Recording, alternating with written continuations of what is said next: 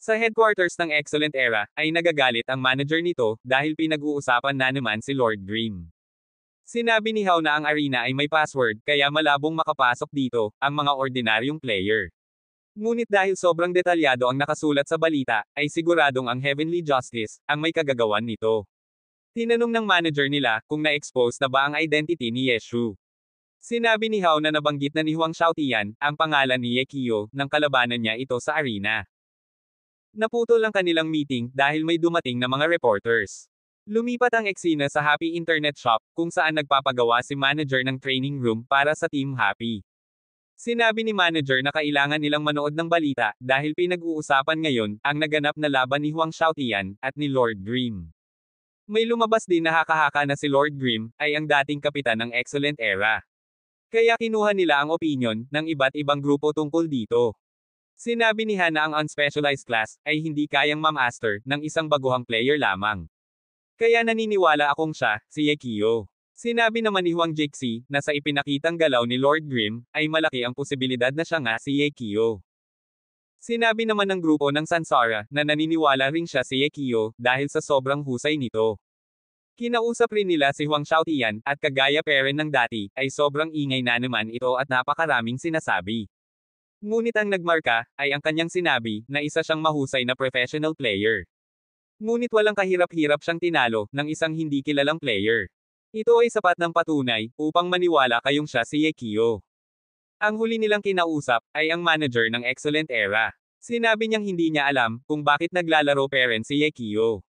Matapos niyang magretiro, tinanong naman ng reporter, kung ano ang masasabi niya, sa pagsali ni Ye Qiu sa Heavenly Justice. Sinabi ni Manager Lee na desisyon ito ni Ye Qiu, at nirerespeto nila ito. Ang Excellent Era at si Ye Qiu, ay may mabuting relasyon, ngunit kung magkakaharap sila sa arena, ay kailangan nilang maging professional. Hiling niya na mas magtagumpay pa ang Excellent Era, at si Yeshu, sa mga susunod nilang laban. Galit na galit naman si manager, sa sinabi ng manager ng Excellent Era. At sinabing ang kapal, ng mukha nito. Sinabi ni Yeshu, na kung ano naman ang kanyang mga kasinungalingan, ay kailangan lang nilang labanan, ng katotohanan. Nagpa-press conference naman, ang grupo ng Heavenly Justice, upang formal na sabihin na sila, ay official na kasali sa pro scene. Tinanong din sila ng reporter, kung sino ba si Lord Grimm. At kung siya ba talaga si Ye Qiu. Ngunit limitado lang ang isinagot ni Lowland, sinbing si Lord Grimm ang sekreto ng kanilang grupo. Natapos na ang ipinagawang training room, ni manager. Tinanong ni manager, kung bakit si Lord Grimm, ang madalas na binabanggit ng Heavenly Justice.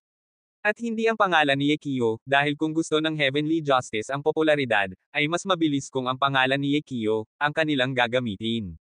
Sinabi ni Yeshu na hindi siya sasali sa kanilang grupo, kaya iniiwasan nilang magsalita, ng mga bagay tungkol kay Ye Qiu. At hinahayaan lang nila, na mag-speculate ang mga tao. Sa level 55 area, ay makikitang naghihintay si Yeshu at si manager. Habang nakikipaglaban ang tatlong malalaking guild, sa Boost Monster. Ang kanilang mga leader ay sina Ice ng Blue Group, si Mugwort ng Herb Garden at si Golden ng Excellent Dynasty.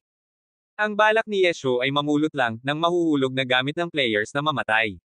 Ngunit sa hindi inaasahan ay napunta ang Boost Monster, malapit sa kanilang pinagtataguan. Kaya binaril niya ito upang tumalsik, nagulat sila nang makita si Lord Grimm. Nagpanggap naman si Lord Grimm, nakakampi siya ng Excellent Dynasty. At sinimulang patayin ang leader ng Blue Group, at ang leader ng Herb Garden. Dahil dito, ay nagkagulo ang mga players, at naglaban-laban. Habang si Lord Grimm ay nasa gilid lang, at pinapanood silang magpatayan.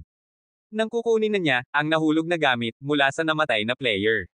Ay naunahan siya, ng sikat na scrap picker, na si Deception.